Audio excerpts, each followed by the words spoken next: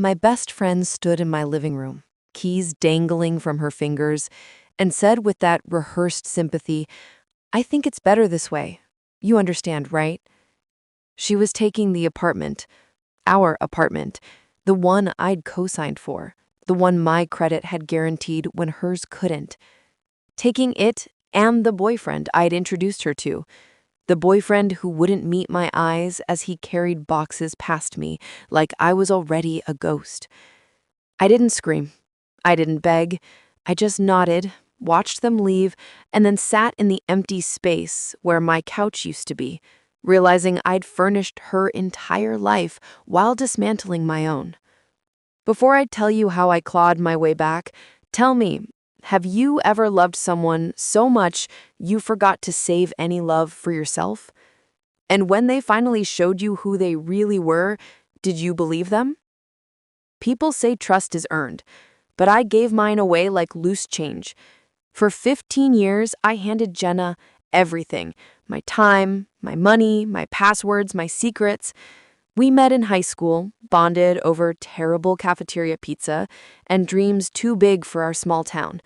She was electric, the kind of person who made you feel like life was happening just by standing next to her. I was the steady one, the planner, the one who made sure we both got home safe. "You're my person," she used to say, squeezing my hand during late-night drives. And I believed her. God, did I believe her. After graduation, we moved to the city together. I got a job at an insurance firm. Boring, stable, mine. Jenna floated between gigs: barista, boutique assistant, social media consultant for startups that folded within months. She had champagne dreams on a beer budget, and somehow I always ended up covering the difference. At first, it was small: $20 for an Uber, groceries when she was between paychecks.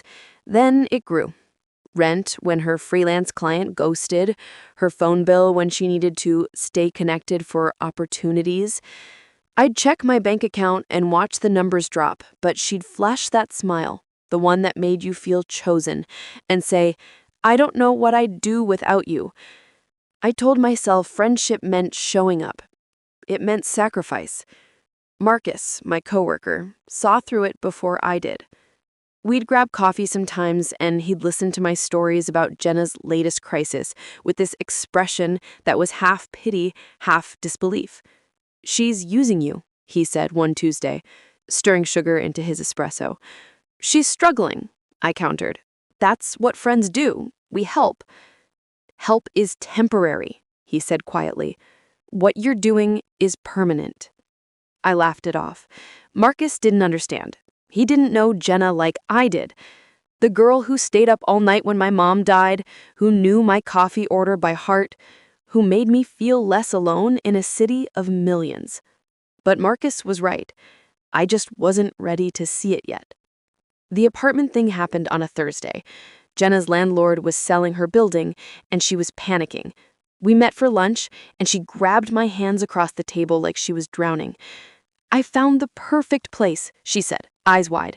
"It's incredible, but they need someone with better credit to co-sign." I should have said no. Every rational cell in my body screamed it. But she looked so desperate, so lost, and I thought about all those nights she'd been there for me. "Please," she whispered, "I'll never ask for anything again."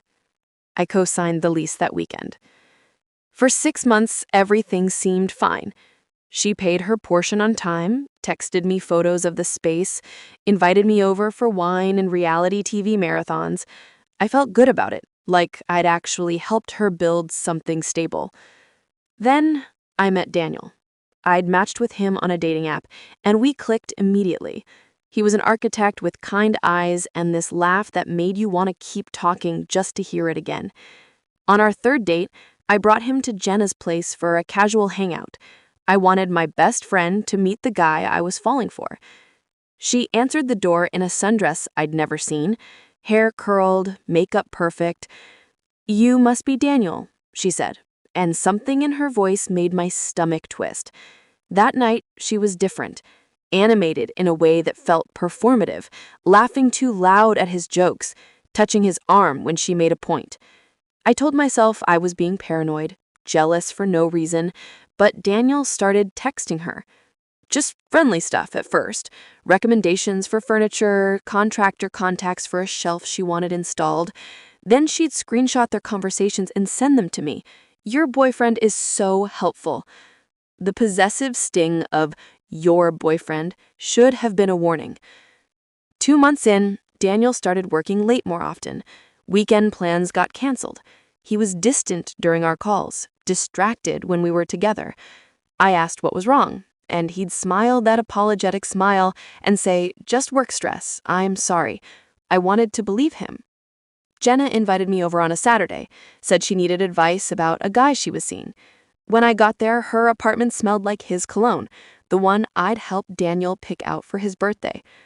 "Where'd you get that candle?" I asked, my throat tight. "Oh, someone gave it to me," she said breezily. "Anyway, about this guy." I went home and checked Daniel's location. He'd shared it with me months ago, back when everything felt safe and certain. The pin dropped at Jenna's address. My hands shook so hard I nearly dropped my phone. I didn't confront them. Not yet.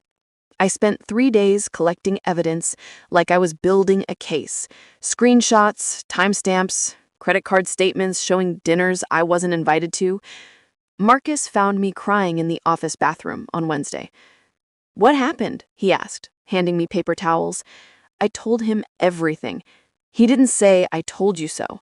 He just sat on the floor next to me and said, "What do you need?" "I need to know I'm not crazy." "You're not crazy. You're just finally seeing clearly." That Friday, I drove to Jenna's apartment unannounced. I still had the spare key she'd given me for emergencies. I didn't knock. I just walked in. They were on the couch. My couch. The one I'd helped her move in.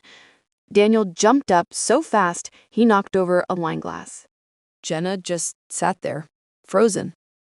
Her expression cycling through surprise, guilt, defiance.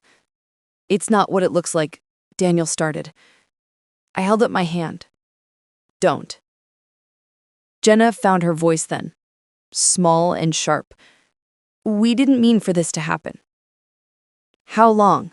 I asked. "Does it matter?" "How long?" She glanced at Daniel. 6 weeks. 6 weeks. While I was co-signing her lease, paying for celebratory dinners, listening to her complain about being single. While I was planning a future with someone who was building one with her behind my back. I looked at Daniel. "Get out of my life." Then I looked at Jenna. "You have 30 days to get my name off that lease, or I'm taking you to small claims court for every penny you owe me." "You can't do that," she said, standing now. "We're friends." "No," I interrupted, my voice steady for the first time in years. "We're not." I left before either of them could say another word. The next month was hell. Jenna didn't respond to my calls or texts. Her rent check bounced twice, tanking my credit score. She posted on social media about toxic people and setting boundaries. And mutual friends started asking me what happened with this accusatory tone that made my skin crawl. She was rewriting history, painting herself as the victim of my jealousy. Marcus helped me find a lawyer. "You've got records," he said. "Let them speak for you." I filed a small claims suit for unpaid loans and damage to my credit. When Jenna got the papers, she called me for the first time in weeks. "Are you serious right now? After everything I've done for you?" "Name one thing," I said calmly. Silence. "That's what I thought." "You're pathetic. This is why Daniel chose me." That one landed. I won't pretend it didn't. But I'd learned something in those terrible weeks. Pain is just information. It tells you where the damage is so you can start healing. "Keep 'em," I said. "You deserve each other." I hung up and blocked her number. The court date arrived on a rainy Tuesday. Jenna showed up in the same sundress from that first night, playing the part of the struggling artist betrayed by her cold, vindictive ex-friend.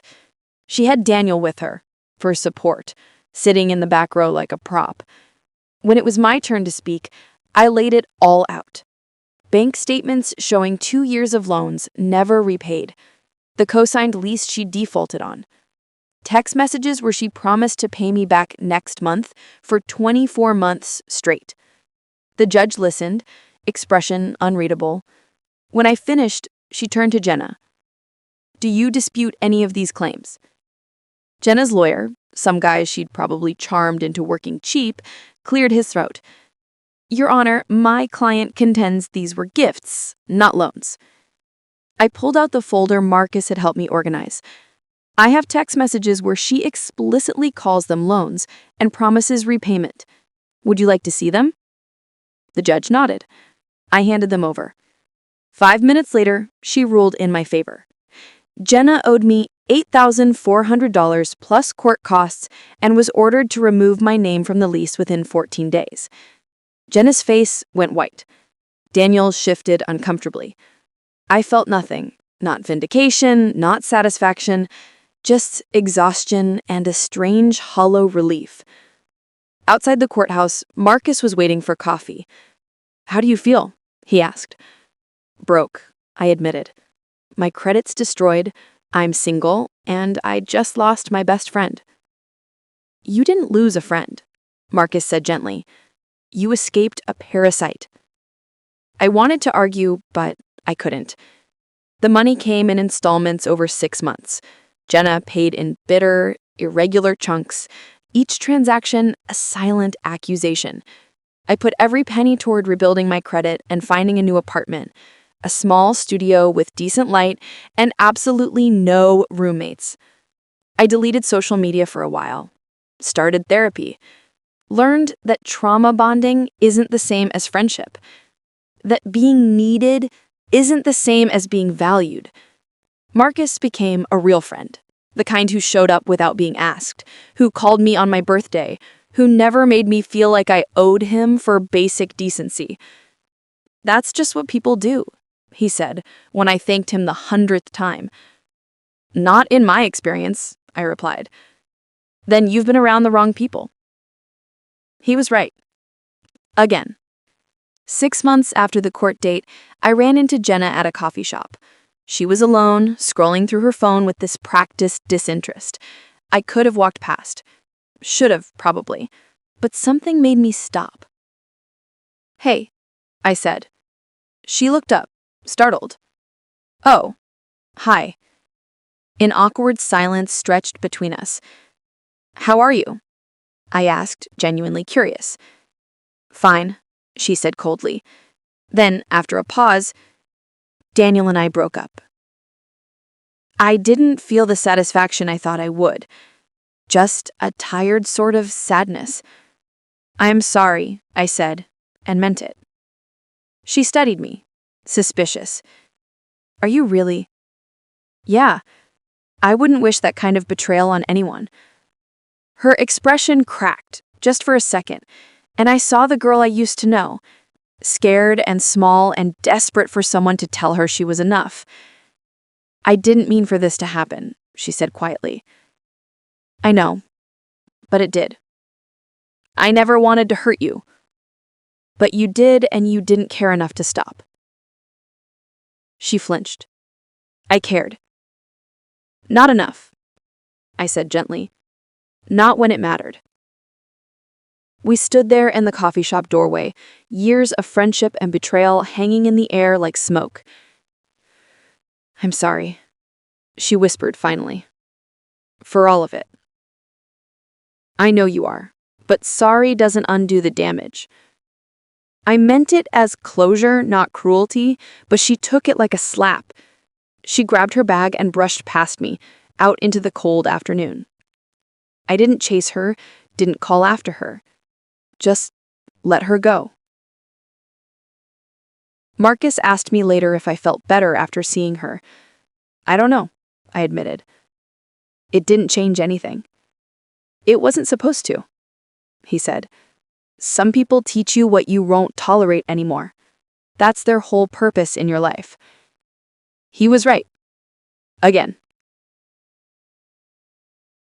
I rebuilt slowly, got a promotion at work, paid off my debt, started dating again. Carefully this time, with boundaries I actually enforced. I learned to say no without explaining myself, to walk away from people who made me feel small, to recognize the difference between helping someone and being drained by them. A year later, I heard through old mutual friends that Jenna had moved back home, broke and bitter, blaming everyone but herself for how her life had turned out. Some people never learn. They just get older while making the same mistakes, convinced the world is against them because they've never learned to look inward. I didn't feel vindicated hearing it, just grateful I wasn't part of her story anymore. I still think about those 15 years sometimes, wonder what I could have done differently, what red flags I missed, but mostly I think about what I learned, that loyalty without reciprocity is just servitude, that being someone's person means nothing if you're not your own person first. I'm not the same woman who co-signed that lease, who believed love meant never saying no, who thought friendship was measured in sacrifice. I'm harder now, maybe, more cautious, but I'm also freer, lighter, mine. If you've ever been the one everyone leaned on until you broke, I see you. If you've ever given everything to someone who gave nothing back, I understand. Tell me, what was the moment you finally chose yourself? What did it cost you? And what did it save? Sometimes the people we do anything for are the ones we need to do nothing for. That's not cruelty. That's survival. I spent years carrying Jenna's dreams while abandoning my own. She didn't steal my life. I handed it to her, piece by piece, and called it friendship. Never again. These days, my apartment is small, but it's mine. My credit is rebuilding. My heart is guarded, but healing. And when I look in the mirror, I see someone I actually like. Someone who learned that walking away isn't giving up, it's growing up. Jenna taught me what betrayal looks like. Marcus taught me what friendship looks like, but I taught myself the most important lesson, that I was worth saving all along. Some chapters end with reconciliation. This one ended with liberation. And honestly, I wouldn't change a thing.